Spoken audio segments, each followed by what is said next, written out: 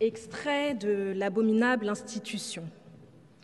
Guadeloupéenne, appartenant à une famille d'un noir bon teint, selon l'expression antillaise, jusqu'à la fin de mon adolescence, je n'avais malgré cela pratiquement jamais entendu parler de l'esclavage. L'Afrique n'était pas mieux lotie. Elle figurait dans mon imaginaire sous la forme d'un dessin tiré d'un album illustré représentant un homme coiffé d'un fez rouge et tenant entre ses mains un énorme Coran assis sur un petit tapis.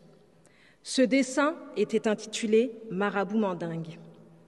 Curieusement, l'homme ressemblait beaucoup à mon père. Aussi, j'en fis un objet littéraire que j'utilisais dans mon premier roman, Eremakonon. Cette ignorance ne doit ni surprendre ni choquer. La génération à laquelle appartenaient mes parents était celle de parfaits colonisés. Je veux dire qu'elle avait intégré tous les mythes et toutes les contre-vérités de l'Europe.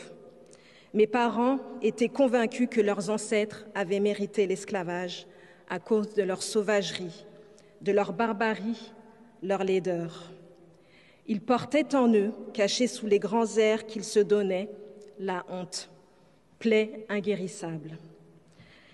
C'est ainsi que j'explique a posteriori le regard mélancolique de ma mère.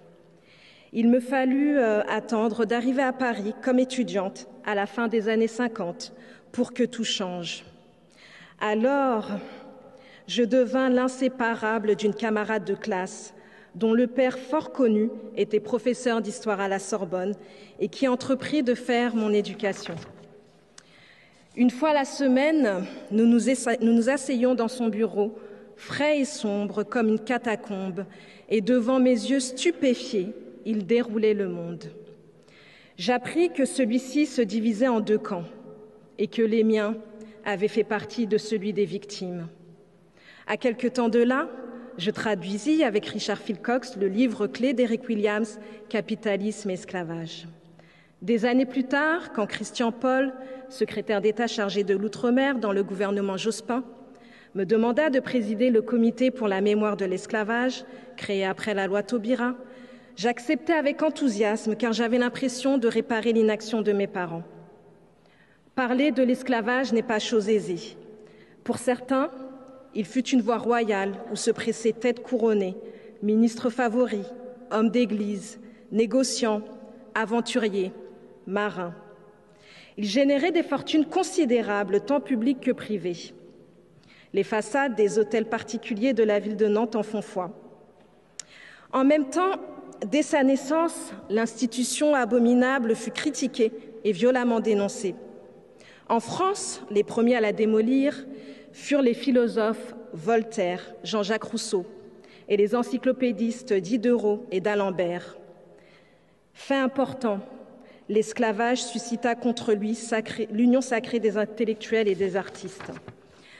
Mais le plus beau texte publié contre l'esclavage est un poème d'Aimé Césaire, Cahier d'un retour au pays natal. Aimé Césaire, on le sait, fut le premier à revendiquer l'ancêtre africain. Le cahier, en effet, se termine par une ode d'une extrême beauté et qui exalte les cœurs. Écoutons-la ensemble.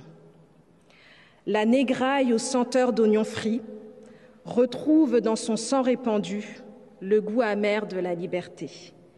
Et elle est debout, la négraille assise inattendamment debout, debout dans la cale, debout dans les cabines, debout sur le pont, debout dans le vent, debout sous le soleil, debout dans le sang, debout et libre.